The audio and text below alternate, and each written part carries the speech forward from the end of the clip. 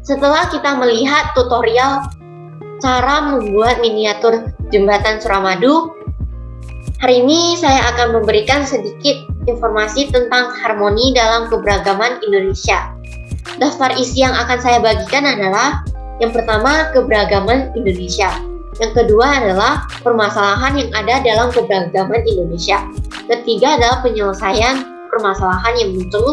Dan yang keempat adalah jembatan Suramadu, fakta-fakta dan manfaat yang didapatkan setelah adanya jembatan Suramadu. Yang pertama adalah keberagaman masyarakat Indonesia. Harmoni di KBBI bisa diartikan sebagai keselarasan dan keserasian. Keberagaman diartikan sebagai berbeda atau bermacam-macam. Ada 3 keberagaman Indonesia yang bisa kita pelajari. Yang pertama adalah sosial budaya. Masyarakat Indonesia terdiri dari berbagai kemajumukan yang contohnya golongan, suku, etnis, ras, agama, dan budaya. Meskipun kita berbeda, kita tetap menghargai satu sama lain. Dan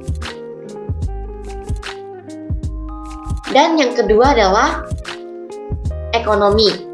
Di Indonesia adanya warga yang mencapai 250 juta yang tersebar di wilayah dengan tempat kondisi geografis yang berbeda dan bervariasi. Dan contohnya seperti perkotaan dan pedesaan. Mereka bisa berbagi hasil olahan yang sudah mereka buat atau peroleh dan berbagi. Yang ketiga adalah gender. Gender mengacu pada sekumpulan ciri-ciri khas yang dikaitkan dengan jenis kelamin dan diarahkan pada peran sosial atau identitasnya dalam masyarakat. Yang kedua adalah permasalahan yang muncul dalam keberagaman. Permasalahan dalam keberagaman sosial budaya. Contohnya seperti matrilineal yang mengikuti garis keturunan ibu, sebaliknya dengan patrilineal yang mengikuti garis keturunan ayah. Ketika mereka bertemu dan jika mereka tidak menanggapi dengan bijak dan positif, akan berdampak negatif dan akan menimbulkan pertentangan antar budaya dan munculnya konflik antar budaya. Permasalahan dalam ekonomi. Berbagai tindakan ekonomi seperti produksi, distribusi, dan konsumsi, interaksi dengan daerah lain sampai dimungkinkan terjadi karena adanya daya alam dan mata pencaharian yang berbeda-beda. Di sini bisa membuat masalah yaitu kesenjangan pendapat, yaitu mereka memiliki daya alam atau mata pencarian yang berbeda. Karena itu bisa memberi sedikit pendapat yang berbeda jauh. Dan untuk tidak menghasilkan masalah seperti ini, kita harus menanggapinya dengan bijak dan positif seperti sebelumnya. Permasalahan dalam keberagaman gender. Gender bisa menyebabkan masalah, contohnya seperti laki-laki yang cenderung dipandang lebih tinggi derajatnya dan lebih mudah memiliki gerak sosial dibanding perempuan. Yang ketiga adalah strategi penyelesaian permasalahan yang muncul dalam keberagaman masyarakat Indonesia. Yang pertama adalah sosial budaya. Strategi yang bisa dipakai adalah kearifan lokal. Bisa diartikan sebagai kepribadian identitas kultural masyarakat yang berupa nilai, norma, etika, kepercayaan, adat istiadat, dan aturan khusus yang telah teruji kemampuannya, sehingga dapat bertahan secara terus-menerus. Dan yang kedua adalah ekonomi. Pemerataan pembangunan yang dilakukan oleh pemerintah sehingga masyarakat pedesaan dapat menikmati fasilitas dan memenuhi kebutuhan sehari-hari mereka. Yang kedua adanya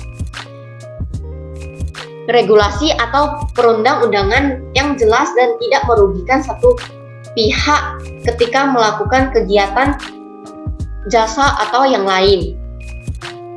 Yang ketiga adalah gender. Yang pertama adalah meningkatnya perlindungan perempuan, dan kedua adalah program kesetaraan gender terintegrasi dalam berbagai program kegiatan dan sektor pembangunan.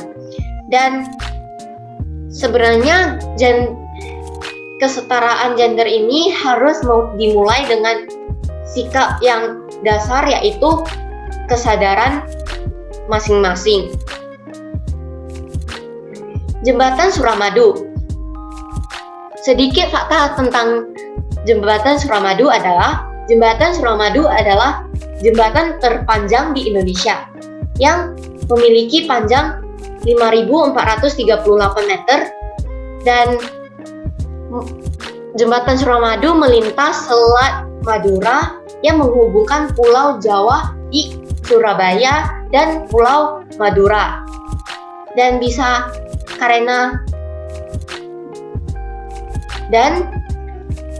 ini meskipun ini bukan tempat wisata, tetapi pemandangan di Jembatan Suramadu banyak wisatawan yang pergi ke sini untuk melihat pemandangan. Dan di sini bisa kita lihat bahwa di sekitar jembatan banyak warung atau jualan-jualan yang ada di sekitar, dan di sini mereka bisa melihat pemandangan dengan santai dan merilekskan diri. Dan selanjutnya adalah sebelum adanya Jembatan Suramadu, mereka harus menggunakan kapal untuk, contohnya seperti orang Surabaya yang ingin pergi ke Madura dan sebaliknya dengan orang Madura yang ingin pergi ke Surabaya. Mereka harus menggunakan kapal, dan itu menghabiskan waktu yang sangat lama. Dan ketika Jembatan Suramadu dibuat, waktu menjadi sangat efisien. Dan ketika saya melihat beberapa tanggapan orang-orang tentang Jembatan Suramadu, mereka memberitahukan bahwa ketika melewati jembatan cuma membutuhkan 5-10 menit, sedangkan kapal harus lebih dari 30 menit. Dan terakhir yang akan saya berikan adalah Jembatan Suramadu bisa membantu penjualan atau ekonomi, karena jembatan ini adalah penghubung antara dua kota, yaitu Surabaya dan Madura. Dan sekian dari presentasi saya, terima kasih.